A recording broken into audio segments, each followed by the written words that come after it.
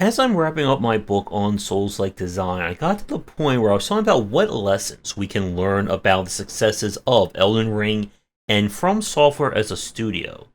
And it occurred to me a very important point I wanted to talk about in today's critical thought. And what does it mean for a studio to grow and thrive and reach the point where they could have their own version of an Elden Ring success?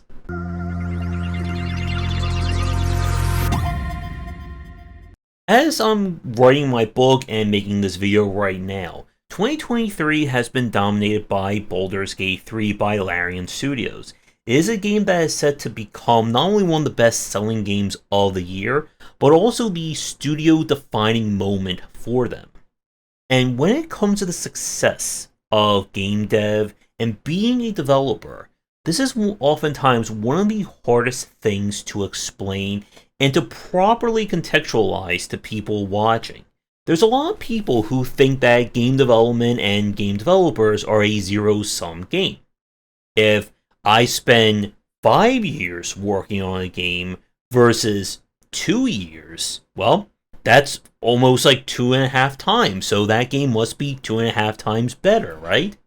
Also, as a fun fact, this entire video is going to be causing so much psychic damage to any developers that I feel like could become a boss fight in Darkest Dungeon 2. But there is still this conception when it comes to game development that people and studios are very interchangeable. A good game developer who makes a first-person shooter could naturally become a fantastic RPG designer. Or an RPG designer could make the next Gran Turismo, or someone could make the next Mario or No Man's Sky, and you get the picture. But it takes a lot of work, beyond what you may think, in order for these massive successes to happen. And as I was writing my book, it dawned on me that a lot of what we're talking about, in terms of the success, prestige, and just the overall, again, like studio-defined quality of Baldur's Gate 3, can be attributed to the same successes in what we saw in 2022 with Elden Ring and From Software. And there are a lot of people, surprisingly, as I'm finding, a lot of people who have hated on From Software and are still scratching their heads as to why these games have succeeded where other games have not. And again, it goes back to the original point of our video, understanding where success comes from. A lot of people, even those who have worked at major studios, who cover games and so on, oftentimes still can't really fathom the amount of work and things that happen behind the scenes for a game to succeed. And a lot of these studios will take the wrong lessons. They'll think Elden Ring succeeded because it just let the player do whatever they wanted, or that it was brutally difficult. Or we look at other games, it could be any number of reasons.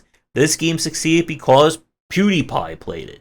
This game succeeded because the main character was a hot anime woman. Maybe it was a hot anime man. And people will go around in circles. Oh, and there's also people who will say, oh, the game wasn't that good. The developers just got lucky. And again, when it comes to the game industry, luck is certainly a factor. There are people who have spent literally years working on their dream idea. They have spent countless hours and they finally release it, and no one plays it. Conversely, there could be a developer whose idea just came about at a game jam. Maybe it came from the Game Wisdom game jam. I'm not saying if you participate in my game jam you'll become a multimillionaire, but I'm not saying that. But to that point, it could have been a game jam idea that got that one really popular GIF, and all of a sudden that developer now has everyone's eyes on their game. And I apologize for causing depression to the majority of indie developers watching this piece right now. But when we look at how a studio grows, and more importantly, as a game developer grows, it is not something that happens linearly. I made game number 1. So game number 2 will now be 2 times better. Game number 3 will be 3 times better. And then by game number 80, we magically have Elden Ring meets No Man's Sky meets the Stellaris. again, I'm sure every indie developer watching this is really enjoying this video right now. As a studio grows, there are several things that can only happen through game development. This is not something that will come about just because you watch lots and lots of game design videos, you've attended several game dev streams, or you went to college and got a 4 or 5 year degree in game design. Experience is something that can only happen as you're developing a game, or shall I say developing multiple games. And experience will teach you several things. First, it will get you to understand the game dev process. What does it actually mean to take this weird idea in your head and turn it into a game that you sell on Steam or Itch or anywhere like that? You'll start to understand what you can and can't do as a developer. And this is, again, like what I'm talking about right here, it sounds very simple, and yet a lot of developers don't learn these rules or these lessons. You'll start to also appreciate what it means to grow, not just as a game developer, but your own game designs. Stop me if you've seen this before. A series of games from an indie developer where every single game plays the same way. It could very well just be the same exact game, but maybe the art is a little improved. Maybe instead of 30 levels, we now have 60 levels. Because remember, if you double your game's content, you will double your Metacritic score, right? No, just in case anyone doesn't understand sarcasm, that's not how it works. And as you grow as a developer and as you grow as a studio and become more confident and familiar with your tools, with your process, this is where we start to see this growth and iteration. I've said this in my book and I've said this time after time. No studio goes from, we're just 10 people who have never worked together, here's a multi-billion-dollar award-winning game where we're now fabulously wealthy for the rest of our lives. It takes a lot of growth and iteration when it comes to design. As I said, as we've talked about with Souls-likes in particular, From Software has been making games for a very long time. They've been making them since about 1994. Most people who have heard of From Software today maybe only knows them as Elden Ring in 2022. Maybe they know them as Dark Souls from 2011. Or Demon Souls in, I think that was 2008, 2009. It's in the book that you should all pre-order 10,000 copies of right now. But it takes this growth and evolution from a studio in order to have the kind of capacity to make these games. Nintendo is a really great example. A lot of people will make fun of Nintendo for just making the same Mario game or the same platformer every few years. But there is evolution and iteration in Mario's design. They could not have gone from Super Mario Bros. 1 to Super Mario Odyssey at the drop of a hat. This is the growth that we talk about, and more importantly, this is what we talk about when we discuss specialized studios.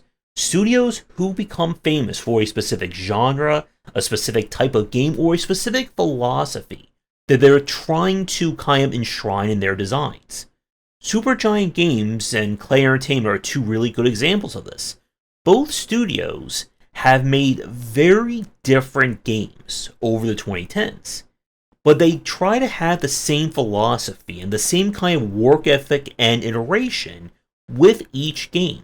So that, yes, Hades is certainly not the same as Transistor or the same as Pyre, but you still see this growth and DNA from game to game. Again, Clay Entertainment going from the likes of, I think it was Shiv or Shank, to Mark of the Ninja, Don't Starve, Auction Not Included, Grifflands, and so on. And this is where we begin to see developers who can start to really branch out and do very different genre takes. And this, again, takes a lot of time. Now, to bring this back to Baldur's Gate and Larian, again, a lot of people will only have heard of Larian Studios from Baldur's Gate 3. Again, it is said to be this year's massive Game of the Year winning title. I highly doubt we are going to stop talking about it between now and the end of this year. But again, this is a studio that has been around for several decades at this point. I remember them from Divine Divinity. Some of you may only remember them from Divinity Original Sin or Divinity Original Sin 2. And it took a lot of time, it took a lot of effort and growth as a studio to get to this point. To go back to an earlier thing I mentioned, if you think you can just put 50 game developers in a room and say, go make Baldur's Gate 4, that is not going to happen. And a lot of publishers, again, think that an award-winning studio is an award-winning every game studio. Larian has been growing and iterating their process for years now in terms of CRPG design. If they decide at one moment to say, you know what, instead of making Baldur's Gate 3, we are going to make a 4X space opera game, I can guarantee you it would not have done as well as Baldur's Gate 3, despite, again, the notoriety and the expertise of that studio. Because when we talk about specialized studios like this, it comes with that growth and focus on a very specific design and a very specific philosophy they're trying to instill. This goes back again to that whole tweet that blew up the internet for a few weeks in, I think it was August, that if you think any studio can just turn around and say, you know what, we're going to make the next Baldur's Gate, it's not going to happen. Just like how I highly doubt we are going to see another Elden Ring-sized Souls-like, quite possibly for the rest of this decade.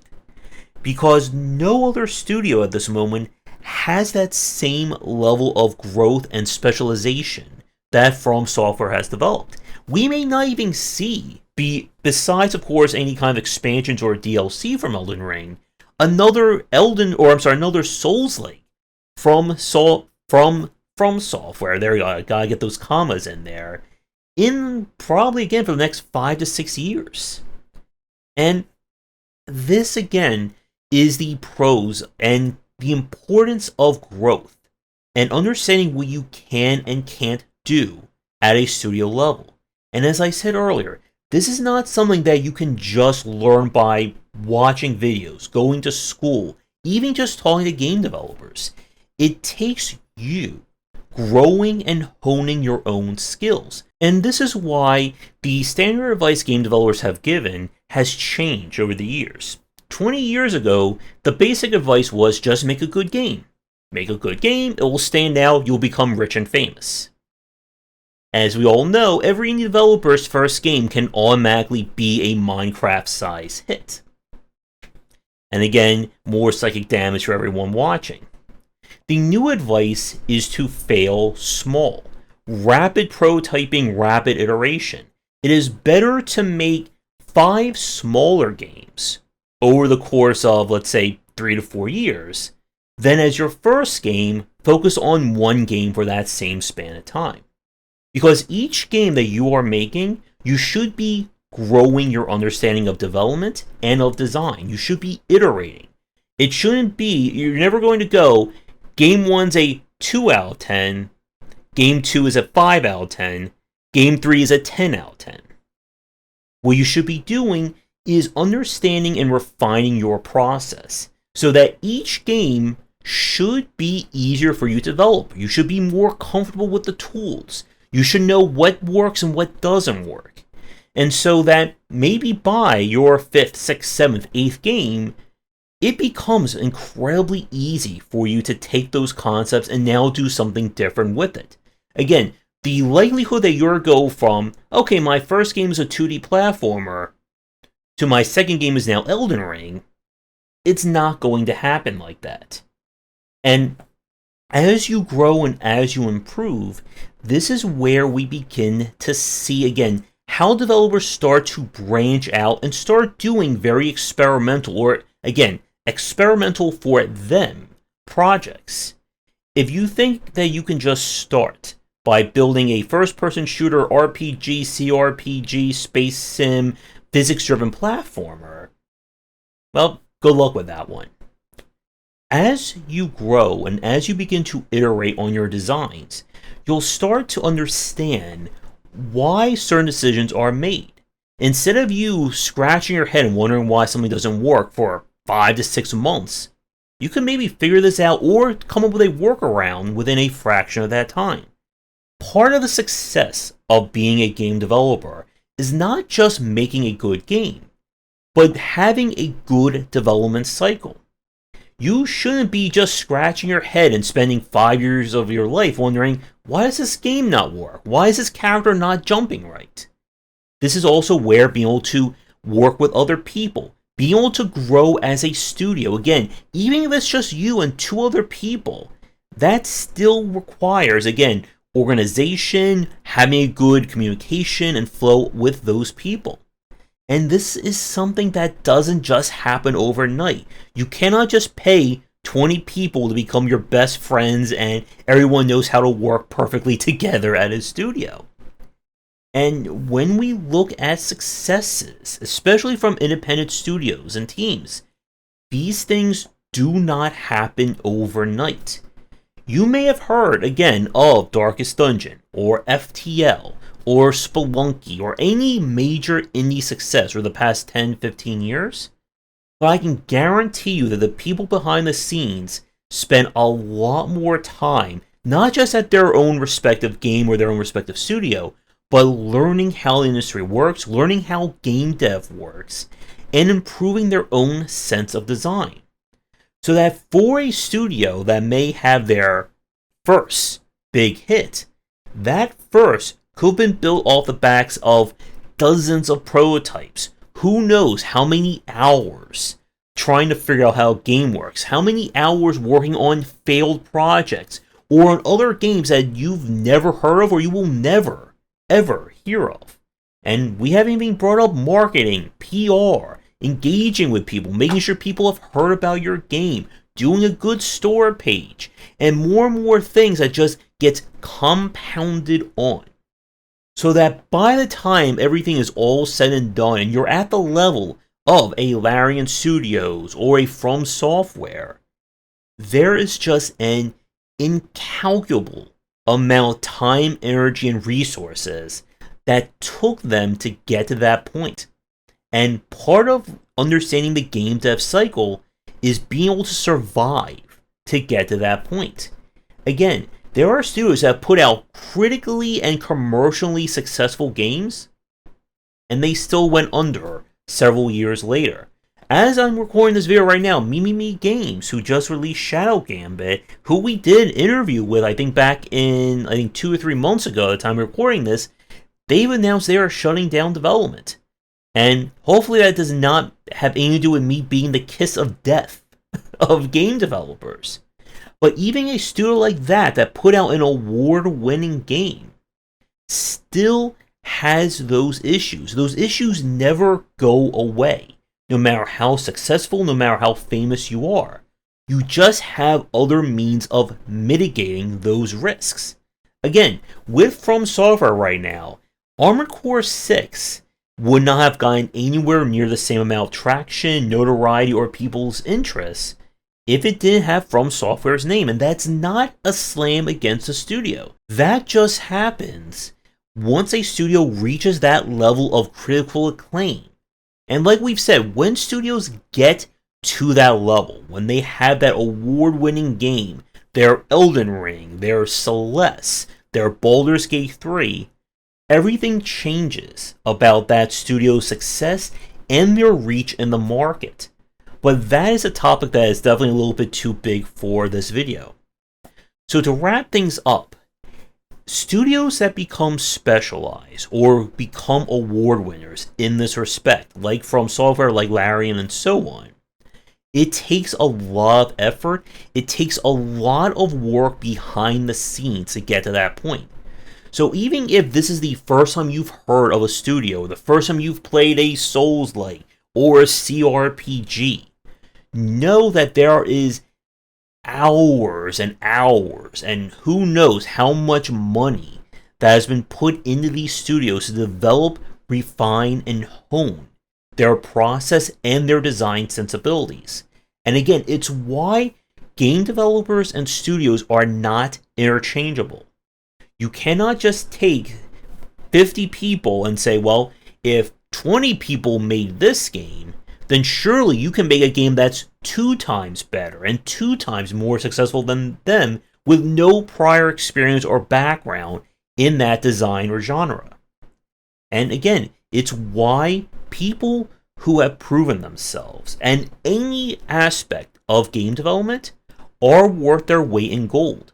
Because experience at the end of the day cannot be bought, it cannot be manufactured. It takes that time to do it. And why, again, that a studio like From Software or Larian and so on, they didn't just appear one day with a success. They struggled. They fought for these games. And when they finally had that breakout success, it's not a moment to look down on everyone else, but a moment to breathe that sigh of relief that you know that people have finally recognized your games and that you can now really start to build more and grander designs. That's going to do it for today's video. Thank you so much for watching. Be sure to do the YouTubing stuff people tell you to do. If you're interested in more of my thoughts on design, check out my books wherever they are sold.